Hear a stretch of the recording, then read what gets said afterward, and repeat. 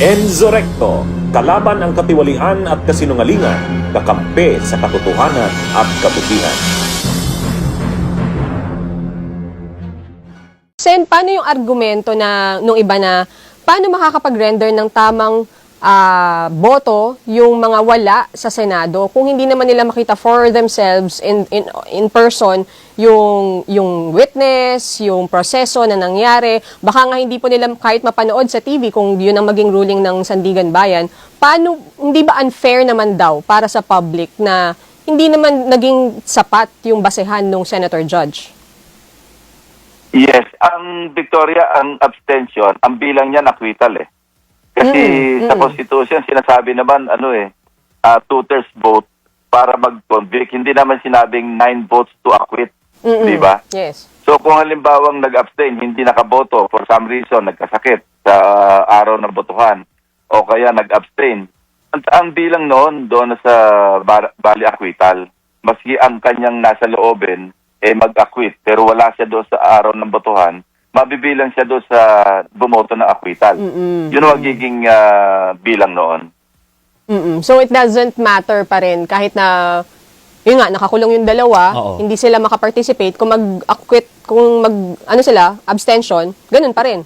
Acquitted pa rin yung kanilang boto. Oo. Okay. Oo. Bilang na sila. Halimbawa ngayon, 3 yung pwedeng hindi makaboto. Yes po. Senator Bato, Senator Marcoleta, Senator Jinggoy, assumption lang ito, hindi to state to the fact kasi hindi naman natin alam kung ano maging status nila pagdating ng botohan, after 92 trial days, So, assuming na 3, 4, 5.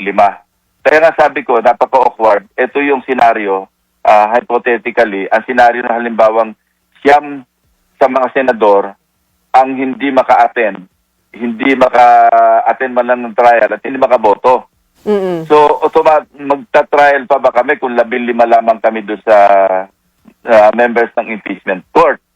So, parang formally, acquitted na yung respondent dahil 15 yung nando sa impeachment court dahil nga indisposed yung siyam.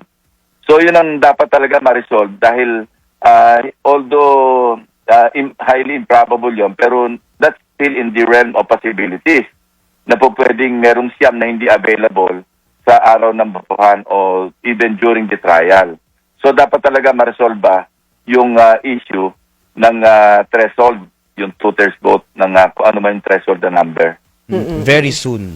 Opo. At sir, ang Senator Judges, kayo, ang laki na responsibility nyo po para hindi magsalita on the merits of the case.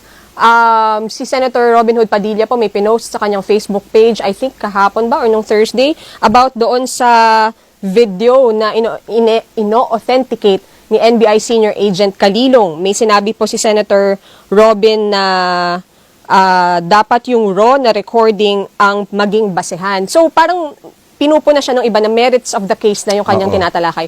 Meron po ba kayong apela sa inyong fellow Senator Judges on this po, Sen? Kami, we should be responsible enough na dapat conscious kami lagi na mga huwes kami.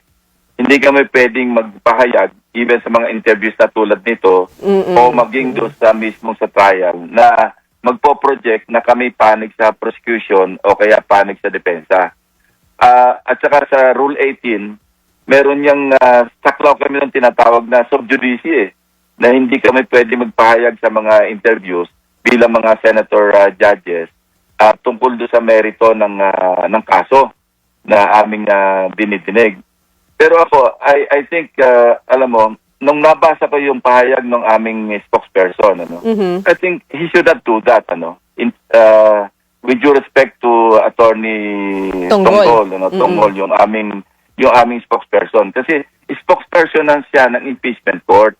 Spokesperson siya, nagsasalita siya on behalf of all the senators.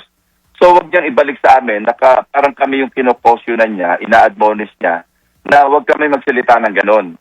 Kung halimbawang merong sa aming nakapagsalita, ite-take up na lang namin dapat yon sa aming caucus. Na wag na niya na ipahayag sa publiko, parang pinagsasabihan niya yung senator judges.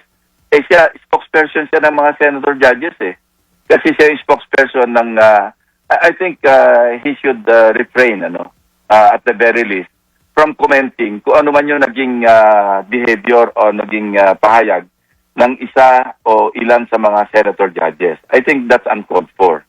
Kasi hindi naman siya kritiko eh. Spokesman siya, spokesperson siya. At spokesperson siya namin.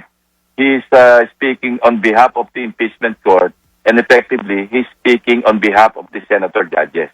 Apo. So sa akin, hindi maganda yung kanyang pinahayag na parang pinagsasabihan niya pa kami, nire-remind kami na merong Rule 18 sa Rules on Procedure on Impeachment Trials. Kasi responsibilidad namin yun. At kung merong gusto mag-call out sa amin, mag-usap-usap na lang kami during caucus ng mga senator judges. Apo. Pero hindi para sa, I think that's above his pay level. That's Apo. beyond his paycheck. So bago po mag-start ulit itong trial on Monday, Senator, magkakaroon po ba ulit ng caucus ang mga senator judges to take up or discuss yung mga ganong concerns, particularly na yung post ni Senator Padilla na parang naglalahad ng merits of the case? Darating kami doon kasi unang-una may mga pending motions eh.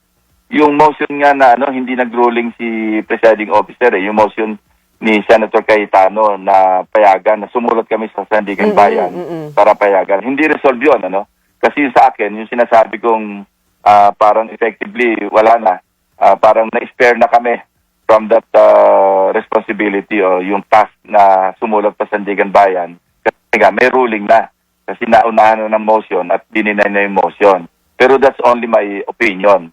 So dapat iteka pa rin namin sa caucus para pagbotohan para namin, pag-desisyonan pa rin namin kung marapat ba na sumulat kami o hindi. Pangalawa, aabot kami doon sa pagsupina ng bank records, pagbubukas noong pagsupina uli noong ITR records at saka yung kung isusupina ba o hindi, although wala pa namang motion, mismong yung respondent.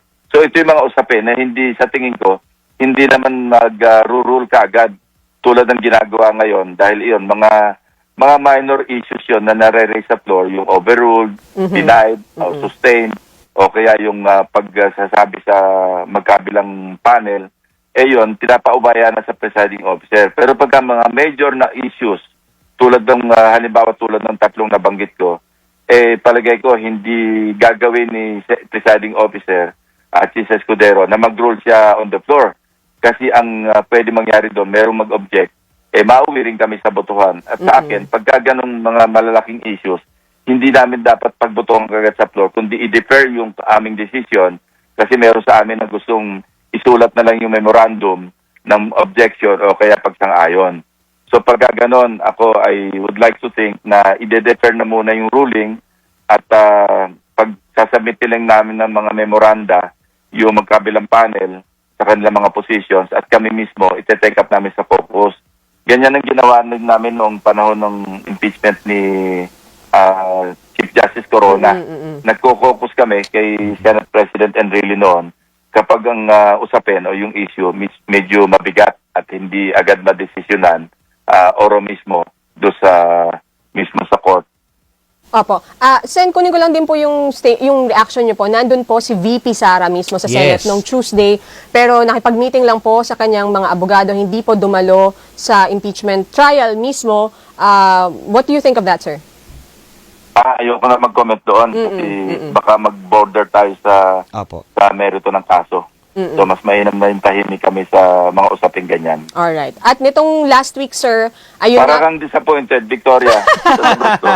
Hindi, sir! Hindi, diba, parang nag-motion din si Attorney Kapunan, di ba? Na dahil nga nandun naman na si VP sinabi niya Sara, it would be best sana kung maimbitahan na siya as hostile witness. Nasabi naman niya gagawin daw nila eventually. Sabi naman ni Senator Cheese. Panguli na lang sa akin, sir, ito, baka masagot niyo. Kasi nga po, sumuko po si Senator Rodante Marcoleta sa Sandigan Bayan noong Monday, bago mag-trial, because of plunder. Ano lang po ang inyong masasabi as his colleague in the Senate? Alam mo, yung nag-tweet ako dyan, meron akong post sa Yes. X. Pero yon, alam mo, since time immemorial, ganyan lagi nangyayari. Pag may kaming kinokontempt kami sa Senado, ang bagsak lagi sa ospital. Kapag merong naaresto, ang bagsak sa ospital. Naglalabasan yung sakit once na lumalabas yung warrant. Si Secretary Bonoan, nung naaresto, diretso sa ospital. Yung mga nakaraan din mga pangyayari, nakakakita tayo na kapag yung tao hindi pangkaraniwan, sa halip na sa pangkaraniwang kulungan, napipiit, ang takbo sa ospital. So parang, nasabi ko lang na parang nagiging pattern, ano? Hindi ito yung, ang interpretation ng iba, na mga nagbabas pa nga, na pinapatungkulan ko si Senator Marcoleta, ano? Posibleng gano'n, pero ang aking pinatutungkulan talaga, yung kaganapan lagi, na pagka merong nakokontempt at makukulong, bigla nagkakasakit. At pagka nagkakawaran at medyo mataas yung antas sa lipunan ng tao, bigla nagkakasakit, naglalabasan yung sakit. Merong pulmonya, merong mataas ang blood pressure, mataas ang cholesterol, kung ano masakit. Nagkakaroon ng brace sa leeg, tapos masakit yung likod. Lahat ng sakit naglalabasan, parang kasabay ng paglabas ng warrant of arrest, lumalabas yung sakit. So ano dapat, sir, ang gawin? Kasi di ba PNP yung nag-accommodate ng ganyan eh? Unang-una, ang isang issue dyan, ang PNP dyan hospital, may sariling pondo, yan, public funds yan eh. Ang authorized lang dyan na ma-confine, ang pag-aalam ko kasi dating si PNP ako, yung mismo member ng PNP o kaya dependent, no, o kaya for some reason, pero sino nga na mag-shoulder ng mga gamot? Sino mag-shoulder nung ward o nung kwarto? Hindi naman, ang pag-aalam ko, hindi naman dependent si Secretary Bonoan, hindi naman dependent ng PNP si Senator Marcoleta. No, anong araw, hindi naman dependent si Senator Juan Ponce Enrile nung na-confine din sa hospital. No, meron siyang kaso doon sa Napoles case. Pero at least si Senator Enrile, naging Secretary of National Defense siya eh. At yung PNP, dati naman PC, na dating branch ng Armed Forces. So, yun lang naman aking issue. At saka baka merong PNP member na nadi-deny ng space doon sa PNP General Hospital. Minsan kasi hindi nabibigyan ng kwarto. Pero bakit yung hindi dependent nandun? Sinong gumagastos doon? Gusto kong erase ito pagka nagkaroon ng budget deliberation para sa 2027. Which is yung malapit na DILG po. saka yung PNP. Alright. Itatanong ko ito eh. Alright. Sino ba yung mga authorized lamang na ma-confine doon? At sino yung shoulder ng expenses doon sa PNP General Hospital kapag hindi dependent o hindi member ng Philippine National Police ang nakakonfine? Bunyog, bunyog, halikan na kasama ka. Bunyog, kapag buklod ay may pag-asa. Luzon, Visayas, Mindanao, isa ang pananaw. Sa bagong Pilipinas ang bunyog isisigaw. Bunyog.